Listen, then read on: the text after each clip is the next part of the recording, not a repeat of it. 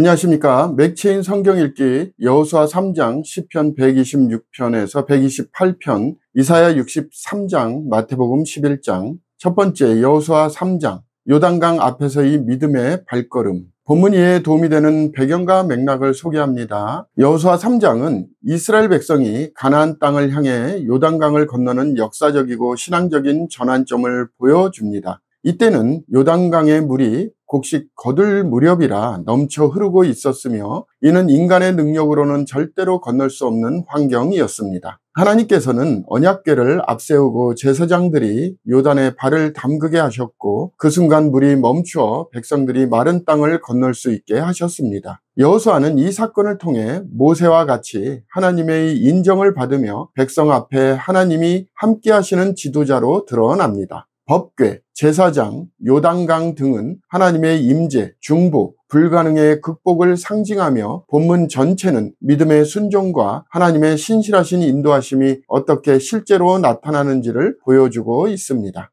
본문의 중요 구절을 소개합니다. 여호수아 3장 11절 12절 보라 온 땅의 주의 언약궤가 너희 앞에서 요단을 건너가나니 이제 이스라엘 지파 중에서 각 지파에 한 사람씩 12명을 택하라.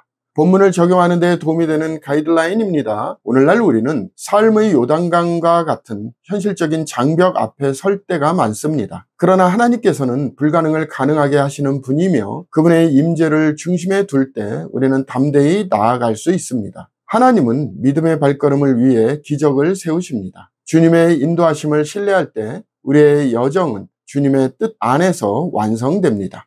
두 번째 시편 126편에서 128편 회복, 의존, 경외의 공동체 노래. 본문 이해에 도움이 되는 배경과 맥락을 소개합니다. 이 세 편의 시편은 성전에 올라가는 노래이며 예루살렘 순례자들의 공동체 신앙 고백이자 회복과 축복의 찬양입니다. 시편 126편은 바벨론 포로에서 돌아온 감격의 순간을 회상하며 여호와께서 시온의 포로를 돌려보내실 때 우리는 꿈꾸는 것 같았도다 라고 노래합니다. 시편 127편은 솔로몬이 지은 시로 여호와께서 집을 세우지 아니하시면 세우는 자의 수고가 헛되다는 중심 메시지를 통해 하나님 중심의 삶을 강조합니다. 시편 128편은 여호와를 경외하며 그 길을 걷는 자가 가정과 공동체에서 누릴 복을 묘사하고 있습니다. 이 세 시편은 하나님의 은혜로 주어지는 회복, 그 은혜를 기다리는 인내, 그리고 삶의 구체적인 영역에서 드러나는 복된 열매들을 신앙 여정의 한 묶음으로 보여주고 있습니다.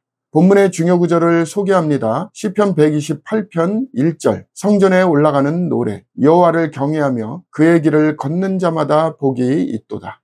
본문을 적용하는 데 도움이 되는 가이드라인입니다. 오늘날 우리는 자신의 노력만으로 삶을 세우려 하며 불안 속에 살아가고 있습니다. 그러나 하나님의 은혜 없이는 우리의 수고도 헛될 수밖에 없습니다. 하나님을 경외하는 태도가 참된 안정과 회복의 시작입니다. 공동체와 가정이 복을 누리는 길은 하나님의 말씀에 순종하며 살아가는 데 있습니다.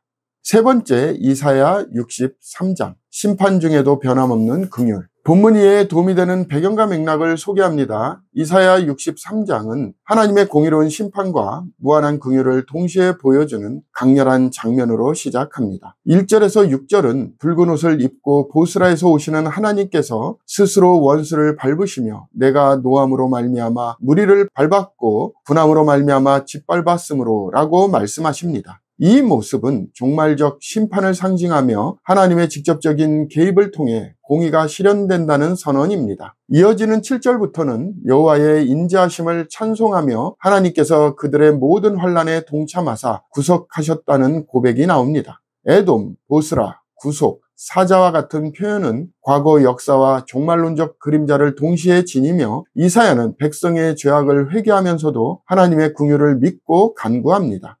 본문은 심판과 사랑이 동시에 존재하는 하나님의 복합적 속성을 보여줍니다. 본문의 중요 구절을 소개합니다. 이사야 63장 9절 10절 그들의 모든 환난에 동참하사 자기 앞의 사자로 하여금 그들을 구원하시며 그의 사랑과 그의 자비로 그들을 구원하시고 옛적 모든 날에 그들을 드시며 안으셨으나 그들이 반역하여 주의 성령을 근심하게 하셨으므로 그가 돌이켜 그들의 대적이 되사 친히 그들을 치셨더니 본문을 적용하는 데 도움이 되는 가이드라인입니다. 오늘날 우리는 하나님의 공의 앞에서 겸손해야 합니다. 동시에 그분의 긍휼을 신뢰해야 합니다. 심판은 하나님을 떠난 죄에 대한 결과이며 긍휼은 회개하는 자에게 베푸시는 하나님의 본성입니다. 삶이 무너져가는 자리에서도 하나님의 손길은 여전히 우리를 안고 계십니다.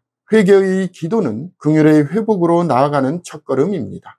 오늘의 마지막 본문 마태복음 11장 초청의 주님 참된 쉼을 주시는 메시아. 본문 위에 도움이 되는 배경과 맥락을 소개합니다. 마태복음 11장은 예수님의 정체성과 백성들의 반응 그리고 하나님의 구원 방식에 대한 깊은 통찰을 담고 있습니다. 세례 요한은 옥중에서 예수님께 오실 그이가 당신이오니까 라고 묻습니다. 예수님께서는 맹인이 보며 못 걷는 사람이 걸으며 라는 구약의 예언을 인용하시며 자신이 참된 메시아임을 증거하십니다. 하지만 고라신, 벳세다, 가버나움과 같은 도시들은 회개하지 않았고 예수님은 그들에게 심판을 선포합니다. 반전은 25절 이후입니다. 수고하고 무거운 짐진 자들아 다 내게로 오라는 예수님의 초청은 짐진 영혼을 위한 하나님의 따뜻한 초대입니다. 짐, 멍에, 쉼은 단순한 위로가 아닌 예수 그리스도 안에서 주어지는 구원의 본질을 상징하며 이 초청은 모든 시대를 초월하여 유효한 복음의 핵심입니다.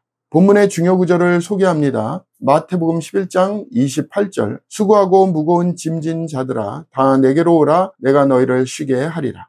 본문을 적용하는 데 도움이 되는 가이드라인입니다. 오늘날 우리는 끝없는 경쟁과 불안 속에서 지치고 고단한 삶을 살아가고 있습니다. 그러나 예수님은 그런 우리를 쉬게 하시고자 손을 내미십니다. 참된 안식은 예수님 안에서만 얻을 수 있으며 이는 단순한 휴식이 아니라 존재의 회복입니다. 예수님의 멍에는 짐이 아닌 은혜의 통로입니다. 감사합니다.